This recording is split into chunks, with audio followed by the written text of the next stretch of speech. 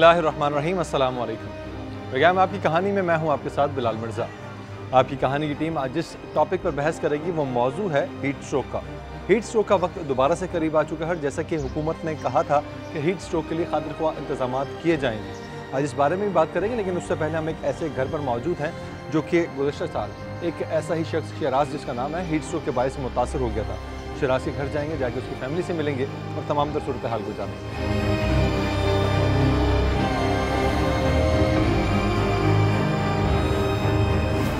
तो जाज़ भी बताइएगा, आपका भाई था शराज, आपसे छोटा था, तो काफ़ी जारी बात है भाइयों में लगाव तो होता ही है। क्या उस दिन क्या हुआ था, किस तरीके से सब कुछ हुआ? उस दिन जी बिजली का बिल भी हमारा 50+ आया हुआ था। तो मैं तो ऑफिस में था, लेकिन ये कि जब शाम में आया उसने बताया, बहुत परेशान था ना वो दिन भर। जो मोहल्ले में दोस्तों से भी डिस्कस करता रहा, इतना बिल आ गया, क्या करेंगे। तो अब शाम में मैं जब आया तो असर मैं पढ़ कर ही आया था। रोज़े में थोड़ा टाइम था, समझ भी नहीं आई थी, बहुत परेशान था। मैं भी खामोशी से बस बाहर रोज़े में था सुबह। जी हाँ, रोज़े में था। तो मुझे एक काम था, मैं गुलशन ही चला गया। वहाँ जाके रोज़ा ही खोला था, घर से फ़ोन आ गया, शराज गिर गया, आज हीट स्ट्रोक में उस पर अटैक कर दिया। तो यहाँ गए तो बाहर गली में ही पड़ा हुआ था। तो सब मोहल्ले के लोग थे, पंखे लगाए हुए, पानी डाल रहे हैं। थोड़ा ओवरवेट था, तो उसको कोशिश की उन्होंने रिक्शा में टैक्सी के जरिए हॉस्पिटल पहुंचाने की, नहीं पहुंचा पाए। मैं इतने में छोटे भाई ने खुली सुजुकी लाए, उसमें हमने चारपाई में डाल के हॉस्पिटल ले गए। हॉस्पिटल का ये आलम था, यहाँ शमसी करीबी हॉस्पिटल है। उन्होंने फ़ौरन कहा, उन्हें जज ही नहीं हो रहा है क्या मामला हो रहा है, इसको आप जो है ना कार्डियो ले जाएँ। ठीक है, हम 2-4 दोस्तों से रब्ते किया। एम्बुलेंस की इस कदर शॉर्टेज थी, और साथ में जो एम्बुलेंस मिल रही थी उसमें ऑक्सीजन की सहूलत भी थी। और ऑक्सीजन वाली एम्बुलेंस के उसमें हम कोशिश करते रहे, बहुत मुश्किलों से 1-1.5 घंटे की स्ट्रगल के बाद हमें अमन की एम्बुलेंस मिली। 1-1.5 घंटे की स्ट्रगल के बाद आपको एम्बुलेंस? जी हाँ, मोहल्ले के कुछ लड़कों को भगाया हुआ था, कोई आगे पीछे रब्तों। ये उस वक्त के हालात ही कुछ ऐसे थे, हीट स्ट्रोक जब चल रहा था, कि थी शॉर्टेज थी? बिल्कुल। मेरे कज़न होते हैं इशफाक मेमोरियल में, उन्हें रब्ता किया मैंने, कहा भाई किसी तरीके से वहाँ देख कुछ कर, भाई आगे पीछे हॉस्पिटल में भाई हीट स्ट्रोक का अटैक हो गया। वो गरीब भी बाइकों में भागता रहे, आगा खान से लेके मुख्तलिफ हॉस्पिटल में कहीं पे मिल सके, लेकिन नहीं। बहरहाल जी 1-1.5 घंटे बाद हमें एक अमन की एम्बुलेंस मिली, उसमें हमने डाला। तो पहले समझ में ना आया, डॉक्टर्स ने कहा आप मैंने डायरेक्ट ले जाएँ, हो सकता है अटैक आया हो, कार्डियो ले जाएँ। कार्डियो गए, वहाँ हमें फ़ौरन चेकअप किया करके, उन्होंने नहीं यार इसका मसला नहीं है, आप इन्हें किसी जिना ले जाएं, कहीं और ले जाएं, हीट स्ट्रोक का मसला है। अब इस दौरान हम राब्ते में तो सबसे थे, जिना ले गए। वहाँ तो ये आलम था कि ना पूछे ना, कई लोग वहाँ पहले ऑलरेडी मौजूद थे, जो अब छोटा भाई था। मैंने कहा अल्लाह ना करे कुछ हो जाए, वो करके अमन के जो उसमें थे उनके ऑफिशियल्स, उनसे मैं लगा रहा। मैंने कहा भाई आप कुछ कह रहे हैं, हमारे पास भी ऑक्सीजन की कमी है, आप फ़ौरन इन्हें कहीं करें, ये तो ख़त्म हो जाएंगे।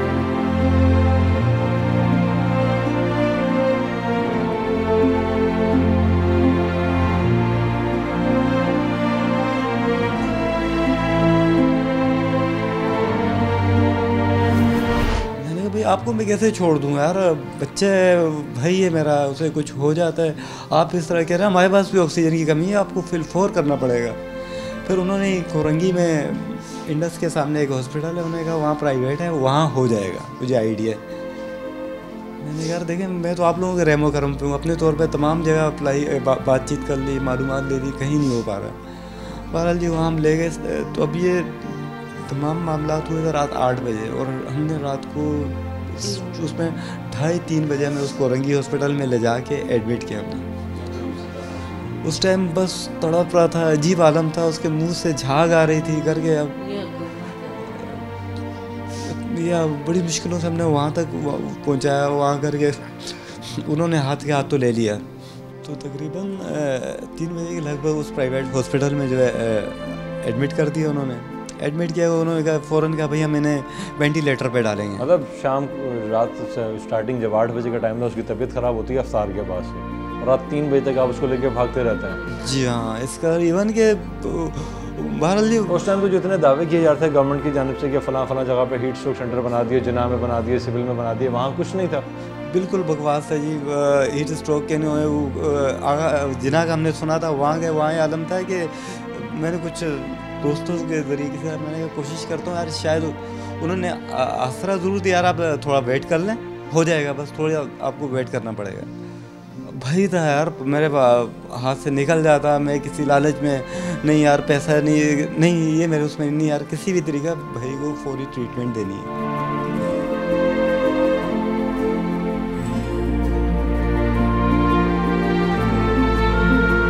माहौलियाती तब्दीलियाँ हैं, क्लाइमेट चेंज जिसे कहते हैं, उसकी वजह से जो है ज़मीन का दर्जा हरारत जो है वो बढ़ जाता है, ग्लेशियर पिघलते हैं जिसकी वजह से सैलाब आते हैं, ज़लज़ले आते हैं, और जो दर्जा हरारत जो है वो ग्लोबल वार्मिंग की वजह से बढ़ जाता है। क्योंकि आप कराची जैसे शहर में देखें कि गुज़िश्ता 20 सालों में जो कंस्ट्रक्शन की और चाइना कटिंग और फलाना और ये बिल्डर माफिया, इन्होंने पूरे दरख्त, पूरी ग्रीनरी काट दी। जो नीम के पीपल के दरख्त थे जो कराची के शहरियों को गर्मी के मौसम में सुकून का बायस बनते थे, वो, और जो DHA ने यहाँ जो डेवलपमेंट की, जो समंदर की मिट्टी निकाली, जहाँ आपने देखा है 100 से ज़्यादा लोग ईद के रोज़ डूब गए थे उस खड्डे के अंदर। इन तमाम जब तब्दीलियों के साथ साथ हमने माहौलियाती सस्टेनेबल डेवलपमेंट को ध्यान में नहीं रखा, तो उसका एक तो हमें खमियाजा भुगतना पड़ा। जब आप कुदरत के निज़ाम को में अपनी जो लालच, हवस की वजह से तब्दीलियाँ लाते हैं, तो फिर उसकी खमियाजा आपको भुगतना पड़ता है, जो कि हमने हीट वेव की सूरत में 14 से ज़्यादा रिपोर्टेड, और इसके अलावा अनरिपोर्टेड तकरीबन 1000 के करीब ऐसे लोग थे कि जिन्होंने रिपोर्ट नहीं किया, इलाज की 174 की कार्रवाई नहीं कराई, उनके पास इतने पैसे नहीं थे कि वो हॉस्पिटल आएँ और ये करें, और वो अपने गांव देहात कराची में, क्योंकि 56% से ज़्यादा लोग कच्ची आबादियों में रहते हैं, और कराची की कोई 40% से ज़्यादा ऐसी आबादी के जो मुल्क के दीगर शहरों से आते हैं, वो अपनी बस में डालकर अपने किसी तरीके से सुजुकी से लाश गाँव ले गए, उन्होंने गाँव में दफनाई, जिसका रिपोर्टेड नहीं हुआ।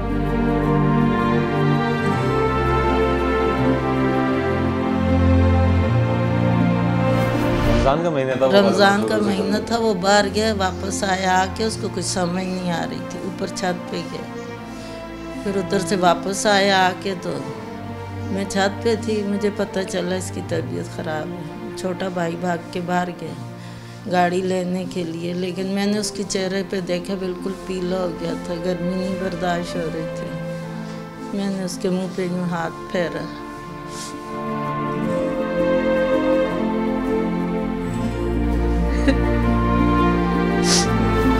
समझ सकते कि माँ जब अपने जो उसकी हालत, बस यही बात, उसको लेके हॉस्पिटल गए। मैं ये सोचती थी अभी अगर उसकी बुरी इत्तला। पढ़ता था आपका बेटा या फिर नौकरी वगैरह करता था? फारिग रहता था घर पे? वो घर के काम करता। शादीशुदा था? नहीं। अच्छा, अभी शादी नहीं, तो उसकी शादी की तैयारियां की नहीं थी? कर रहे थे हम लोग।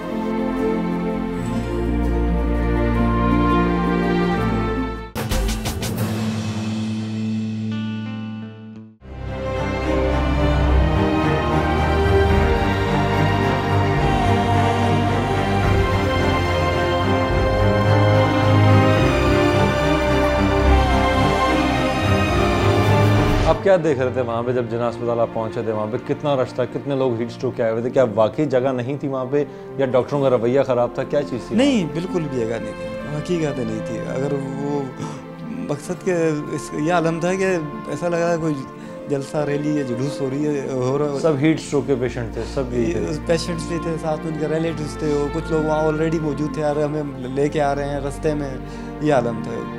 आप यकीन करें वो रात क़यामत से कम नहीं थी। यकीन करें कि ये आलम था कि मेरे साथ छोटा भाई फराज था, वो अलग रो रहे हो करके, मैं परेशान हो गया, तंग आ गया, भाई देख संभल, और मैं जो है ना, मैं भी गिर जाऊंगा, तू जो है ना फिर दोनों को संभाल। अच्छा, आप वो होश में था, आपकी बातचीत सुन रहा था, समझ रहा था, आपसे बात कर रहा था? नहीं, उसको ऑक्सीजन लगी हुई थी और मास्क वगैरह लगा था, थोड़ी थोड़ी देर के लिए आंखें खोलता, नींद बेहोशी की हालत में। बहरहाल जी वो कुरंगी के उस हॉस्पिटल में उन्होंने एडमिट कर दिया, लेकिन उनका रवैया और उनके जो थे बगैर पैसे के तो बात ही नहीं कर रहे थे। रात को अब एडमिट किया प्राइवेट अस्पताल? Private hospital. उन्होंने उस दिन तो यकीन करें कदर जहनी तौर पे हमें टॉर्च किया, आ जाएं, ये इतने पैसे देते हैं इतने। भाई था यार ठीक है यार, ये ले लो ये ले लो, एक किस्म का धुतकार के बात कर रहे थे ना। बड़ी मुश्किल से उन्होंने वेंटिलेटर पे दे दिया है करके। ये मंगल की रात को एडमिट किया, बुध का सारा दिन वही हॉस्पिटल में आगे पीछे भागते हुए गुजरा, कभी ये ले आओ। तो बुध का पूरा दिन कुछ बेहतर हुआ था? तो बुध की शाम में डॉक्टर आए, उन्होंने मुझे बुलाया, कहा देखें यार 35 से 40% इसने रिकवरी की है। मैंने क्या रिकवरी की है? कह रहे हैं देखें आवाज़ दें। मैं आवाज़ देता रहा, वो बिल्कुल ही हिला, पुरसुकून पड़ा रहा। फिर उसका देखिएगा, उनको यहाँ पे चुटकी दी तो उसने आँख खोली, बंद कर दी। कह रहे हैं ये 35% रिकवरी है। मैंने शुक्र है चले यार, अल्लाह करे 100% कह रहे हैं। अब हम बैंड से आहिस्ता आहिस्ता इनको हटाएंगे ट्रायल बेस पे, अल्लाह बेहतर करेगा, दुआ करें।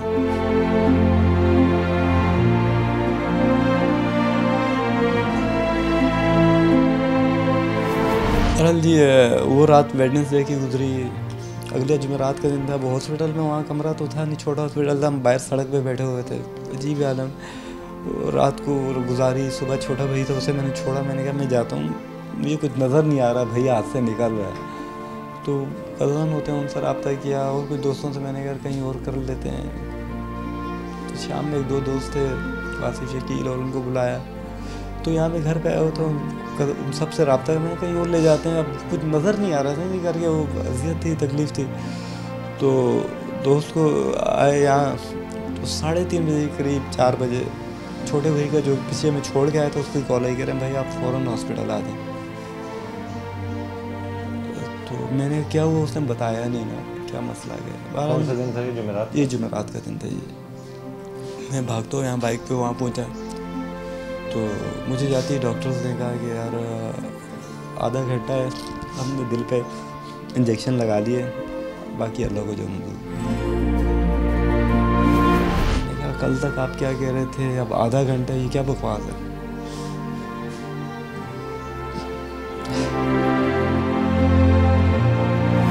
हीट स्ट्रोक के हवाले से बात करने के लिए हमारे साथ मौजूद हैं मिनिस्टर हेल्थ जाम मेहताब डैर साहब। इनसे बात करेंगे कि गुज़श्ता साल हमने देखा था कि हीट स्ट्रोक जो है एक ख़तरनाक शक्ल इख्तियार कर गया था। तकरीबन 1400 से ज़ायद की अमवात जो हैं वो सामने आई थी।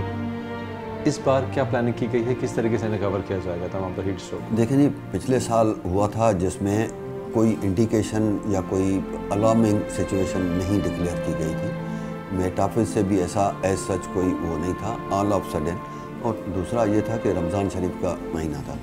तो उन चीज़ों को मद्देनज़र रखते हुए इस दफ़ा हमने तकरीबन 2 महीने से इसकी सारी एक्सरसाइज की, मुख्तलिफ डिपार्टमेंट और मुख्तलिफ ऑफिशियल्स, NGOs और इनके साथ पूरा एक प्लान बनाया है कि एक्सपेक्टेड हीट वेव जो हैं उसमें बेहतर से बेहतर इक़दाम जो हैं वो हम कर लिए हैं अपने प्रोग्राम में। As far as Karachi is concern, तो हमारी कोशिश ये है, कोशिश नहीं, सर्टेन एक प्रोग्राम बनाया है कि किसी एरिया से कोई भी पेशेंट सिर्फ रश जो है वो जिना और सिविल हॉस्पिटल की तरफ ना करे। उसमें हमने वहाँ पे इक़दामात किए हैं। कोई 171 सेंटर्स जो हैं वो हम इस्टेब्लिश करेंगे। किन एरियाज़ में से? मुख्तलिफ एरियाज़ हैं कराची की, जो सारे एरिया को जो है वो लुक आफ्टर करेंगे एरिया वाइज। ये है कि वो सारा प्लान बनाया है हमने इन राइटिंग में। जो एम्बुलेंसेस सर्विसेज हैं उनको भी वो सारा प्लान जो है वो शेयर करेंगे इन राइटिंग। वैसे वर्बली उनको हुआ है कि जो हमारे सेंटर्स नियर बाय उनको करेंगे, किस एरिया से उस पेशेंट को, क्योंकि हीट स्ट्रोक में जो इफ़ेक्ट होता है वो टाइम जो लग जाता है, उसमें परमानेंट डैमेजेस होती हैं टाइम लगने की वजह से। तो हमने जो प्लान बनाया है विदिन 5 मिनट्स टाइम जो है कोई भी हीट स्ट्रोक का पेशेंट है उस रिहेबिलिटेशन सेंटर तक पहुँचे, उसको तिबी इमदाद दी जाए। और हम इस तरीके से इस प्लान पे अमल करते हुए इंसानी जानें जो हैं वो कीमती हैं, उनको बचाया जा सकता है। ये समझो कि हर एंगल से कि ज़्यादा टाइम भी न लगे तो इस तरह से सबको ऑन बोर्ड लिया है। उसमें हमने प्राइवेट हॉस्पिटल्स भी जो हैं उनसे भी मीटिंग में बुलाया था, उनसे भी बात हुई है। कुछ हॉस्पिटल्स ताबन डेफिनेटली कर रही हैं, कुछ ने डिमांड की थी, उसको भी सेक्रेटरी को अहकामात दिए हैं कि इन दिनों में कार खैर में वो भी जो है हिसाब ना डालें। तो इस वजह से यही प्लान है कि लोकल गवर्नमेंट उसमें जो अवेयरनेस प्रोग्राम है उसको वो चलाएंगे, और जो होर्डिंग्स हैं वो अंडर लोकल गवर्नमेंट आते हैं, तो एरिया वाइज हम उसको अवेयरनेस प्रोग्राम के तौर भी इस्तेमाल करेंगे।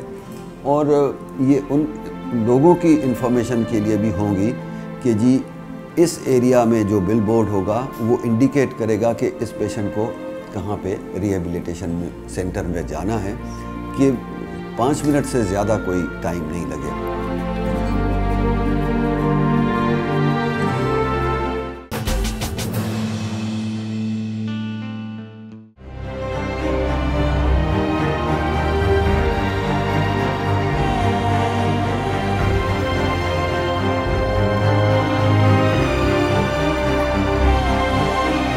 क्या समझते हैं आप, जिम्मेदार कौन है इसका?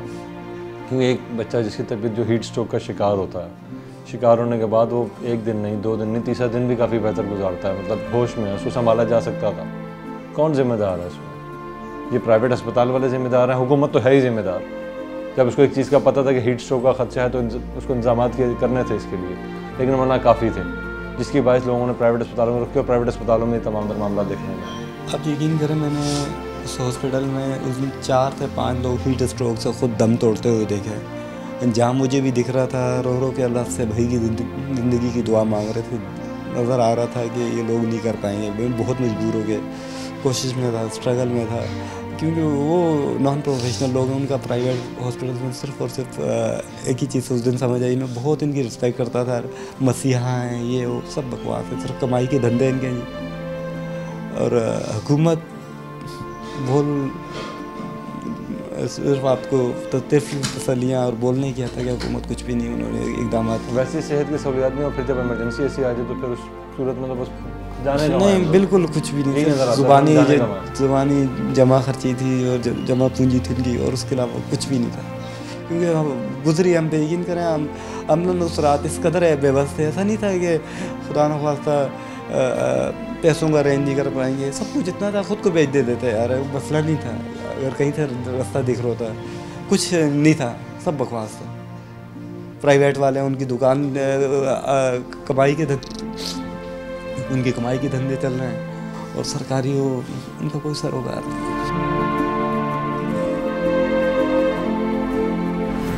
तो ये मैं समझता हूँ कि पहली बार जब हीट वेव आई तो इतनी हमें मिस मैनेजमेंट देखी। मैं 20 दिन जिना अस्पताल में खुद रहा भी, वहाँ पे हमने हमारी पाक आर्मी का कैंप वहाँ मौजूद था, तो हमने देखा कि इतनी मिस मैनेजमेंट थी कि MBBS और PhD RMO वगैरह वार्ड के इंचार्ज को ये नहीं पता था कि इसका इलाज क्या है।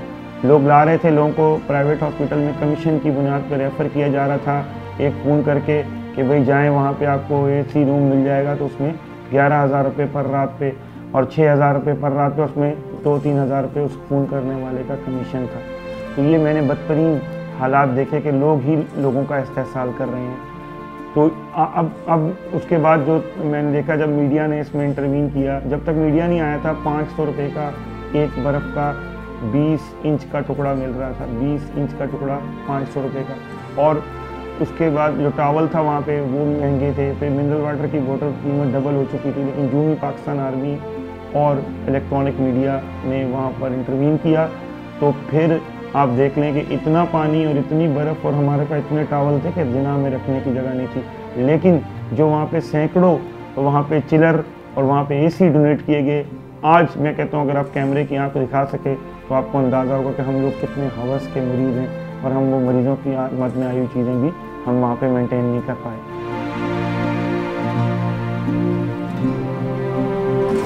तकरीबन 171 सेंटर्स जो हैं हम इस्टेब्लिश कर रहे हैं।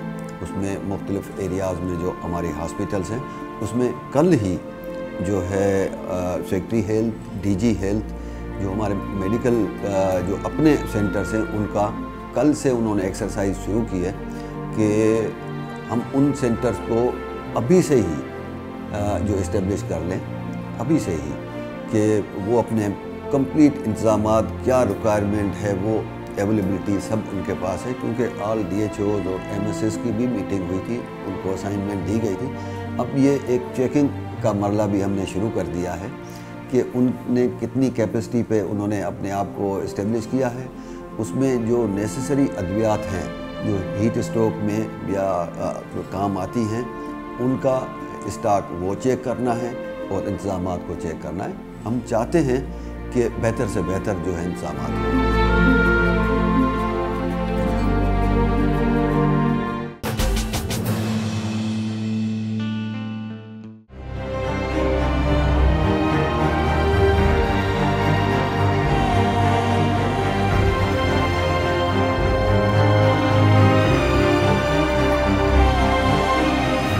डॉक्टर कौन थे वहाँ पे? किसी डॉक्टर का नाम याद आ रहा है? डॉक्टर्स के नाम याद नहीं है, लेकिन उनकी जो फीमेल डॉक्टर्स थी इस कदर बदतमीज़ी से बात कर रही थी ना, तो जब भाई की डेथ हो गई उसके बाद 4 बजे डेथ हुई है जी।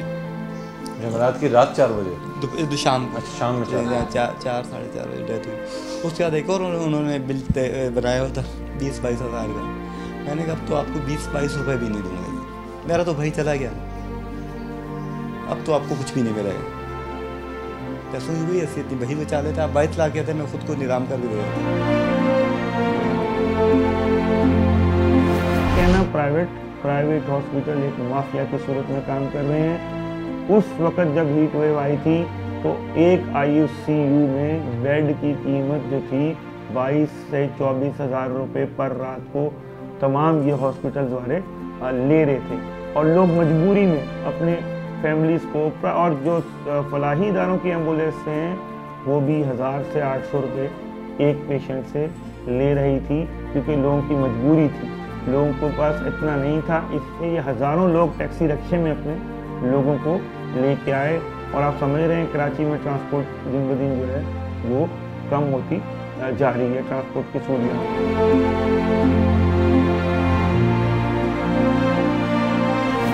बिल भी बहुत ज़्यादा आया था, बिल के मामला में कुछ परेशानी चल रही थी, और फिर ये भी सुना है कि वो रमज़ान का महीना था, वैसे बहुत से लोग रोज़े में थे और पानी की भी शॉर्टेज चल रही थी। मेरे बच्चे की जान ही गई है तो बिजली की वजह से।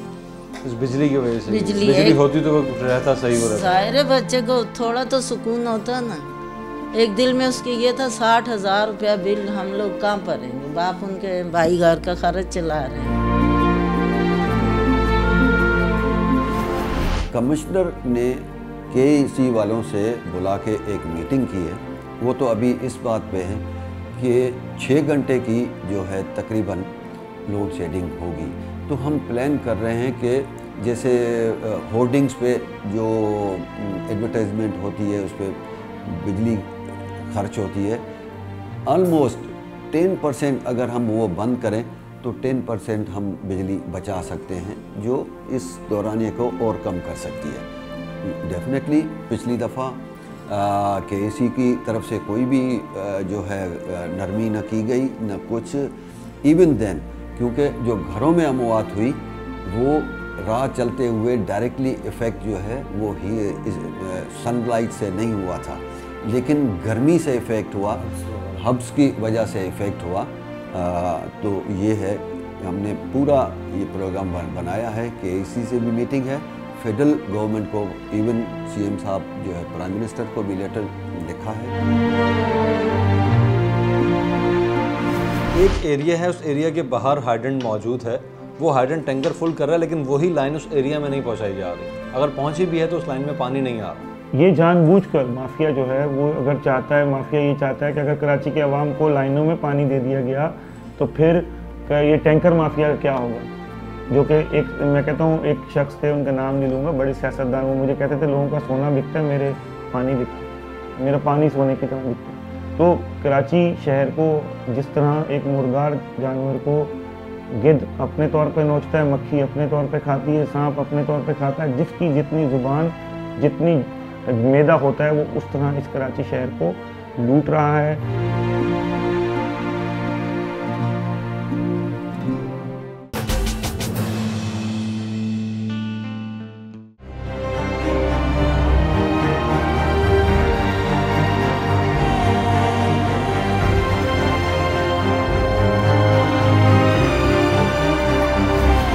बताइए जितने सेंटर्स कायम किए हैं क्या वहाँ कोई फ़ीस चार्ज की जाएगी? जो मेडिसिन हैं वो फ्री दी जाएंगी या फिर मेडिसिन जो हैं वो वहाँ पे जो है मौजूद होंगी या फिर बाहर से परचेज़ करनी पड़ेंगी उन्हें? क्या इस पीरियड में कमाने का लोगों को मौका दिया जाएगा या फिर एक सीरियस होकर इस मैटर को संभालना है? नहीं, इस पे हमने सीरियसली सोचा है। जो भी रिहेबिलिटेशन सेंटर्स हैं वहाँ पे जितनी भी दवाई या नेसेसरी जो रिक्वायरमेंट है वो गवर्नमेंट जो है हेल्थ डिपार्टमेंट बर्दाश्त करेगा। फ्री ऑफ कास्ट जो है ये सारा कुछ सहूलत होगी। दूसरी बात, प्राइवेट हॉस्पिटल को भी ऑन बोर्ड लिया गया है इन राइटिंग। इवन आगा खान या जितनी भी हमारे हैं उनसे कमिटमेंट ली गई है कि इतने बेड जो है हम हीट स्ट्रोक की स्पेशल मैनेजमेंट के लिए फ्री ऑफ कास्ट सर्विस देने के लिए इन राइटिंग उनसे एग्रीमेंट भी हुआ है, इन राइटिंग लिया भी गया है। तो आपने 3000 ट्रैफिक एहलकारों की मैं मिसाल दूँ, इसके लिए सिंध पुलिस की क्या पॉलिसी है इनको बचाने के लिए? वो ट्रैफिक की यूनिफॉर्म में जब मैं उनको स्ट्रेचर पे रिसीव कर रहा था जिन्ना में, तो दिल खून के आंसू रोता था कि जो ट्रैफिक पुलिस रिश्वत की मद में कराची शहर से 55 से 60 करोड़ कमा के देती है, वो एक बर्फ़ और एक तौलिया ना होने की वजह से उसका सिपाही जो है स्ट्रेचर पर रहा है। तो अफसोस से कहना पड़ता है कि जहाँ पे थाने हैं, आप कितने थाने देख लें जो कराची में मौजूद हैं, उनकी जो मोबाइल्स हैं वो हीट वेव फ्रेंडली वहाँ इन्वायरमेंट है? कोई किसी से छीन के बर्फ़ ले लेना, किसी से छीन के पाउडर ले लेना, आवाम में पुलिस की नफरत पैदा करना। तो आपका कोई 120 थानों का, चौकियों का कोई निज़ाम ही नज़र नहीं आ रहा है मुझे कि ये प्रिपेयर ही नहीं है। और अभी तक आईजी सिंध ने कोई ऐसी मीटिंग ना तो आपके इल्म में होगी, मीडिया से कंसल्टेटिव मीटिंग, ना सिविल सोसाइटी से की हो। 1 महीना पहले या 20 दिन पहले जो है अवेयरनेस कैंपेन जो है हम शुरू करेंगे मुख्तलिफ टीवी चैनल्स पे, अखबार में और ज़राए से भी। जैसे बिलबोर्ड मैंने कहा कि उन पे भी तकरीबन उन दिनों में लोकल गवर्नमेंट पे असाइनमेंट है कि वो अवेयरनेस के जो बिलबोर्ड्स हैं सिर्फ यूटिलाइज हों अवेयरनेस प्रोग्राम। तो सर कोई इमरजेंसी नंबर चलाया जाएगा एम्बुलेंस से रब्ते के लिए? डेफिनेटली हम एक हेल्थ डिपार्टमेंट में सेंटर बना रहे हैं और एक कमिश्नर ऑफिस में कराची कमिश्नर उसमें जो है ये हेल्पलाइन और एक जो है हम सेंटर्स कायम कर रहे हैं। दूसरा ये कि इतनी अवेयरनेस और प्रोग्राम होगा, इतना हाईलाइटेड वो सेंटर्स हम बनाएंगे कि लोगों को ख़ुद ब खुद अंदाज़ा होगा कि अगर कोई इफ़ेक्ट होता है तो ये सेंटर्स जो हैं पोटेंशियल भी होंगे, ये उसको रिहेबिलिटेट भी करेंगे।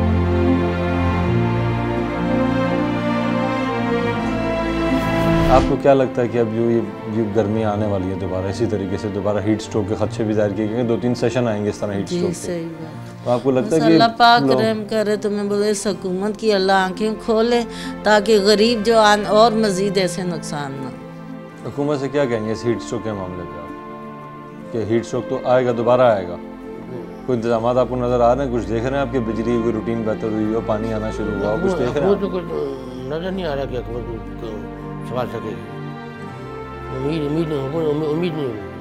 नाज़रीन, अब देख रहे हैं कि शराज इस दुनिया से चला गया। शराज आज मौजूद नहीं है अपनी फैमिली के बीच में, उसकी फैमिली आज भी उसको याद करके रोती है और ये सिर्फ हसरत ही है दिल में कि काश कुछ ऐसा हल निकल आता कि शराज को हम बचा सकते हैं। क्या फिर पहले की तरह ऐसा ही होगा कि गर्म हवाओं का पूरा एक झोंका आएगा इस शहर के अंदर, पूरे तरीके से शहर को लॉक कर लेगा और फिर उस हवा को निकलने की कोई जगह नहीं मिलेगी और आखिरकार हीट स्ट्रोक दोबारा से आएगा और फिर ना जाने कितनी ही जाने लेके चला जाएगा और हमारी हुकूमत सिर्फ बयानात तक महदूद रहेगी, आएगी, बयानात देगी और मुख्तलिफ हीट स्ट्रोक सेंटर्स का बस गुन गाती रहेगी, फ़लाँ जगह पर कायम कर दिया, फ़लाँ जगह पर कायम कर दिया, लेकिन वहाँ कोई सहूलियात नहीं होगी और आखिरकार फिर कुछ माएँ रो रही होंगी, कुछ भाई रो रहे होंगे, कुछ बाप रो रहे होंगे।